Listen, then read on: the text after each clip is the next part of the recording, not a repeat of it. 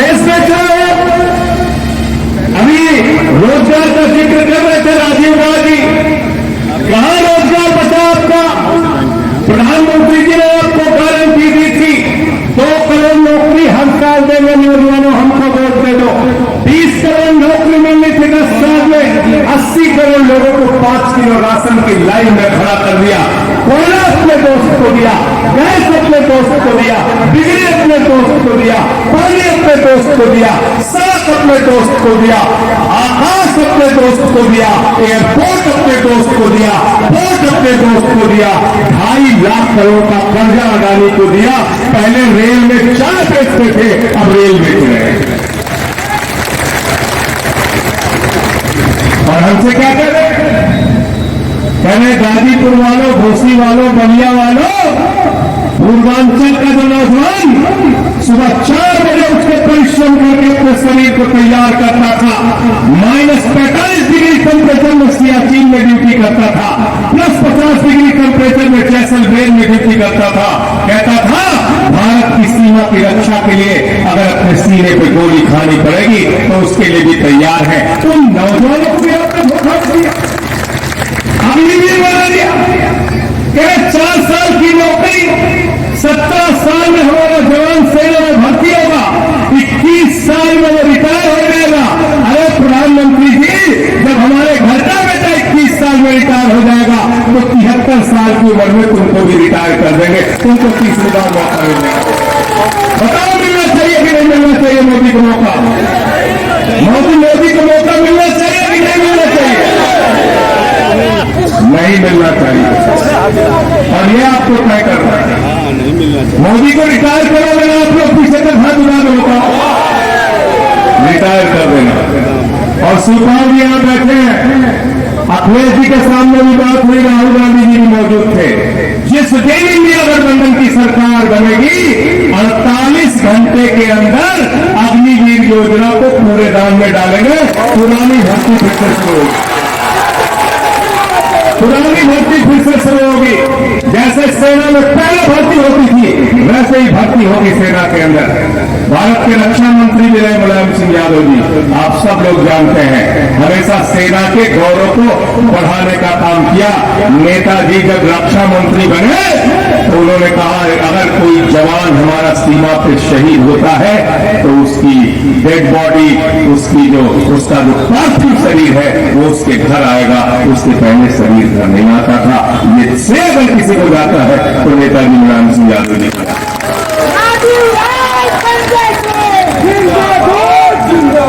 मैं हाथ जोड़कर आपसे प्रार्थना करने के लिए आया हूं। मुझे कल से पंजाब में रहना, इसके पहले महाराष्ट्र गया और दूसरे राज्यों में गया, दिल्ली में लगा रहा। राजीव भाई से हमारा भाइयों जैसा संबंध है, राजनीति का संबंध पीछे है। और मैं इसलिए कल से इनको खुद से फोन किया, मैंने कहा मैं आपकी सभा में आना चाहता हूं। हाथ जोड़कर विनती और प्रार्थना करने इसलिए आया हूं कि साथियों और दोस्तों, ये इस देश का अंतिम चुनाव है। अगर गलती से नरेंद्र मोदी चुनाव जीत गए तो इसके बाद इस देश के अंदर चुनाव नहीं होगा। याद रखना, पुतिन और किम जोंग का मॉडल इस देश के अंदर लागू होगा। ये चुनाव बाबा साहब डॉक्टर भीमराव अम्बेडकर जी के संविधान को बचाने का चुनाव है। ये चुनाव दलितों को, पिछड़ों को, आदिवासियों को मिलने वाले आरक्षण को बचाने का चुनाव है। ये चुनाव भारत के अंदर चुनाव और अपने वोट की ताकत को बचाने का चुनाव है। इस बार अपना वोट बचाने के लिए वोट देना, ये कहने के लिए आया हूं। आपने देखा सूरत के अंदर बगैर चुनाव के बीजेपी का कैंडिडेट जीत गया। इंदौर के अंदर कांग्रेस के कैंडिडेट का अपहरण कर लिया गया। अरुणाचल प्रदेश में 10 विधायक भारतीय जनता पार्टी के बिना चुनाव के जीत गए। चंडीगढ़ में जीता था मेयर इंडिया गठबंधन का, जिता दिया बीजेपी वालों का। मैं तो कहता हूं, मैंने सोना चोर सुना था, हमारे मुखिया अरविंद केजरीवाल को जेल में डाल दिया। 23 दिन तक उनको इंसुलिन नहीं दी। क्या गुना अरविंद केजरीवाल का? ये कि दिल्ली के लोगों के लिए शिक्षा का इंतजाम करते, ये कि बिजली और पानी फ्री देते, ये कि बुजुर्गों को तीर्थ यात्रा कराते, ये कि माताओं बहनों के लिए बस की फ्री यात्रा करते, ये अरविंद केजरीवाल का गुना है। उनको आपने पकड़ के जेल में डाल दिया। अखिलेश यादव को संजय को जेल में डाल दिया, सत्येंद्र जैन को जेल में डाल दिया, संजय सिंह को पकड़ के 6 महीने जेल में डाल दिया, तेजस्वी यादव को नोटिस, लालू यादव को नोटिस, वेस्ट बंगाल के सारे मंत्रियों को नोटिस, ममता बनर्जी के भतीजे को नोटिस, संजय रावत को जेल, सबको पकड़ के जेल में डाल रहे हो। राजीव राय के घर पे इनकम टैक्स का छापा मारा, ईडी का छापा मारा, इनसे सवाल पूछते थे कि अपनी पत्नी को 2000 रुपए क्यों दिए? अरे जिसके पत्नी होगी वही 2000 रुपए अपनी पत्नी को देगा। भाई मोदी जी, आपको पत्नी का सम्मान नहीं पता, पत्नी क्या होगा? आपको नहीं पता पत्नी का सम्मान, आपको नहीं पता पति और पत्नी के रिश्तों के बारे में। आप तो ऐसी ऐसी भाषा का इस्तेमाल कर रहे हैं। हर चरण के बाद भारतीय जनता पार्टी का वोट गिर रहा है और हर चरण के बाद प्रधानमंत्री की भाषा गिर रही है, लगातार गिरती जा रही है। क्या बोला बिहार में? हमारे बिहार की महिलाओं का अपमान किया प्रधानमंत्री जी ने। कल उन्होंने भाषण दिया, कहते हैं लालटेन लेकर मुजरा करने वाली जमात। ये भारत का प्रधानमंत्री बोल रहा है साथियों दोस्तों, लालटेन लेकर मुजरा करने वाली जमात। अरे आरजेडी के अंदर जो हमारी महिला कार्यकर्ता है वो लालटेन लेके चलती है, अपने पार्टी का सिंबल स्वाभिमान और सम्मान के लेके चलती है। उनको मुजरा करने वाली अगर तुम कह रहे हो प्रधानमंत्री जी, तो मैं कहना चाहता हूं आपकी हिम्मत नहीं होनी चाहिए बिहार की महिलाओं का अपमान करने का। और बिहार की महिलाएं, बिहार के नौजवान, बिहार के बुजुर्ग, पूरे बिहारी, पूरे पूर्वांचल के लोग इस अपमान का बदला लेंगे। प्रधानमंत्री जी, आपकी भाषा तो ऐसी है, मैं तो कहना चाहता हूं, कभी आप 50 करोड़ की गर्लफ्रेंड बोलते हो, कभी आप कांग्रेस की विधवा बोलते हो, कभी आप जर्सी गाय बोलते हो, कभी केजरीवाल को बदनसीब और नक्सलवादी बोलते हो, कभी उद्धव ठाकरे को नकली संतान बोलते हो, कभी शरद पवार को भटकती आत्मा बोलते हो। प्रधानमंत्री जी, मैं तो आपको कहना चाहता हूं, ये जो भाषा है, ये भाषा एक सड़क छाप व्यक्ति की भाषा है, प्रधानमंत्री की भाषा नहीं है, प्रधानमंत्री की भाषा नहीं है। और आज इसलिए लोग बौखलाए हुए हैं कि हमने इनकी असलियत खोल दी। आरएसएस और बीजेपी हमेशा से बाबा साहब के संविधान के खिलाफ रहे हैं। आरएसएस और बीजेपी हमेशा से आरक्षण व्यवस्था के खिलाफ रहे हैं। इसलिए साथियों और दोस्तों, इस बार अपने आप को बचाने के लिए और चुनाव को बचाने के लिए वोट देना। यहां पर पिछले चुनाव में समाजवादियों के भरोसे जो जीते थे, समाजवादी पार्टी के कार्यकर्ताओं ने जिनके लिए प्रचार किया था, वो मंत्री जी अपने बेटे को लेके आ गए, बीच में चले गए भाजपा की गोदी में, मंत्री जी बन गए और मंत्री जी बनके अपने बेटे को लड़ाने के लिए आ गए चुनाव में। अखिलेश यादव की बदौलत, समाजवादी पार्टी के कार्यकर्ताओं की बदौलत मिलकर आप चुनाव लड़े थे।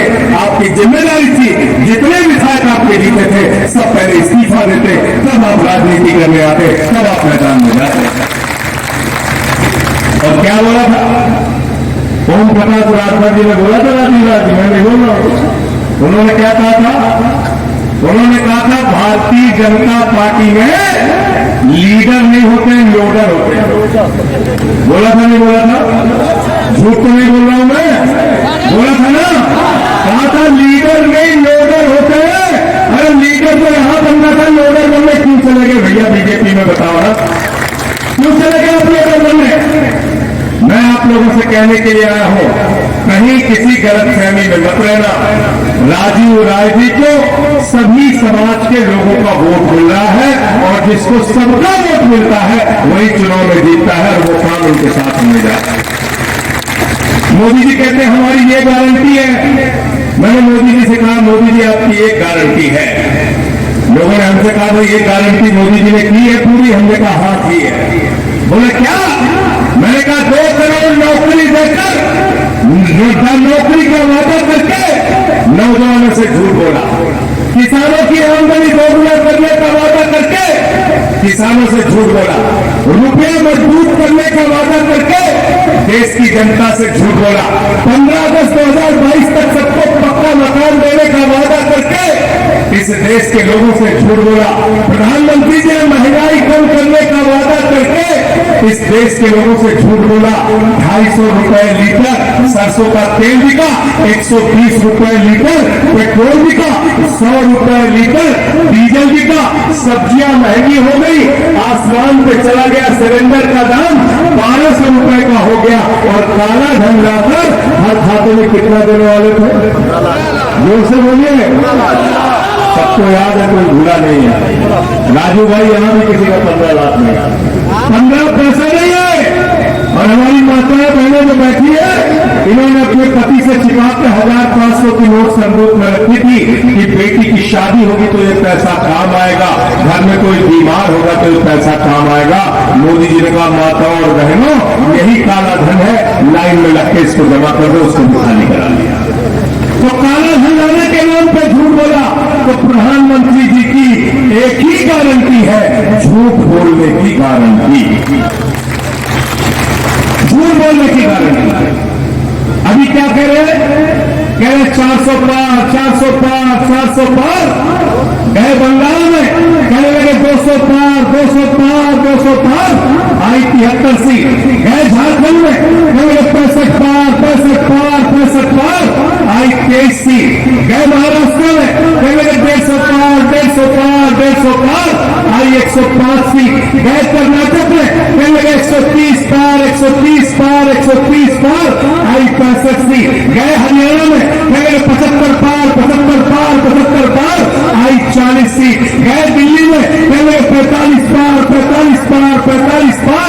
आई 8 सीट। गए मिजोरम में कहने लगे 21 पार, 21 पार, 21 पार। आई 1 सीट। अब कह रहे 400 पार, 400 पार, 400 पार। जनता के लिए तड़ी पार, तड़ी पार, तड़ी पार। तड़ी पार करना है कि नहीं करना है बताओ। और आपसे हाथ जोड़ के प्रार्थना करने के लिए आया हूं, राजीव राज के लिए, इंडिया गठबंधन के लिए, समाजवादी पार्टी के लिए, साइकिल